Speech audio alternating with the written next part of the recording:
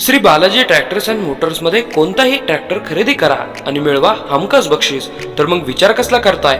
आजच आपला ट्रॅक्टर घरी आणा. आमचा पत्ता पुणे नाशिक हायवे, कुकडी कॉलनी, नारायणगाव, तालुका जुन्नर, जिल्हा पुणे. जीएमआरटी हे कधीच कारण नव्हतं. जीएमआरटी काहीतरी चालढकल करायची म्हणून जीएमआरटीचं कारण करण्यात आलं. वैष्णव हे मी ज्या व्यवसायात आहे त्याच व्यवसायामध्ये, त्याच क्षेत्रामध्ये ते इंजिनियर झालेले आहेत, आय एस अधिकारी आहेत. त्यांना वाटलं की बाकी सगळ्या लोकांना कोणाला काही कळणार नाही, पण मी आपलं करत असतो की बाकी लोकही जीएमआरटीची अडचण नाही, जीएमआरची अडचण नाही. खरोखर जीएमआरटीची अडचण नव्हतीच. फक्त रेल्वे काही लोकांना तिकडनं न्यायची होती म्हणून तिकडनं गेली आणि ह्या भागावर अन्याय झाला. ही अतिशय दुर्दैवाची गोष्ट.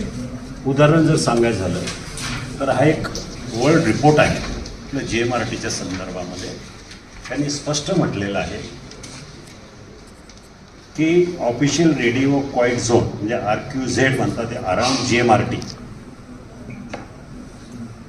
कोर झोन जो आहे तो 5 किलोमीटरचा आहे आणि 5 किलोमीटरमध्ये काय काय गोष्टी स्ट्रिक्ट आहेत, त्याच्यामध्ये अलाउड नाही.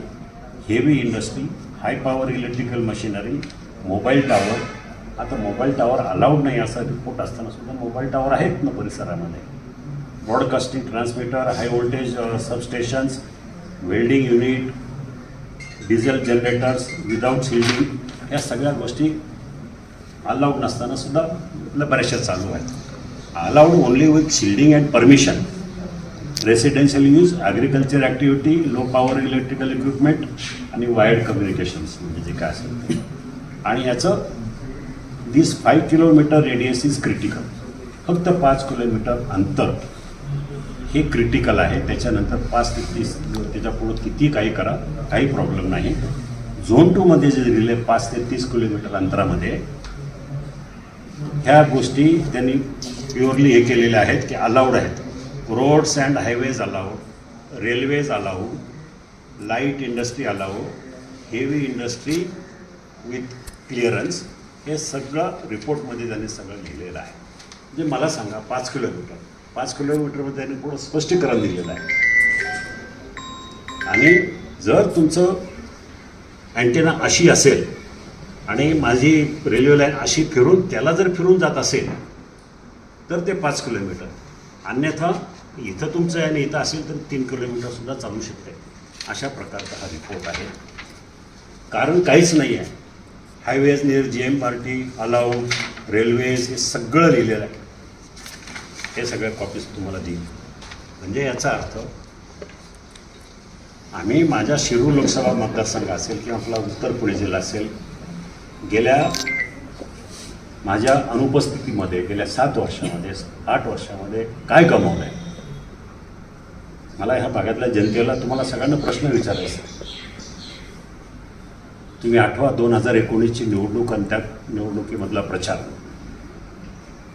काय होतं. माझा प्रतिस्पर्धी उमेदवार कशावर निवडून आलेला? हायवे. किती मोठी मोठी लांब लांब भाषणं होती. विमानतळ फार अगदी कॅल्क्युलेशन करून दाखवलं. विमानतळ आलं तर किती रोज मिळेल आणि वर्षाला पगार किती मिळेल, एवढ्या माणसांना किती मिळेल, आपलं किती नुकसान झालं, याचं सगळं कॅल्क्युलेशन फार वाडा आणि कळमोडीसारख्या गावात जाऊन त्यांनी गणितं मांडली.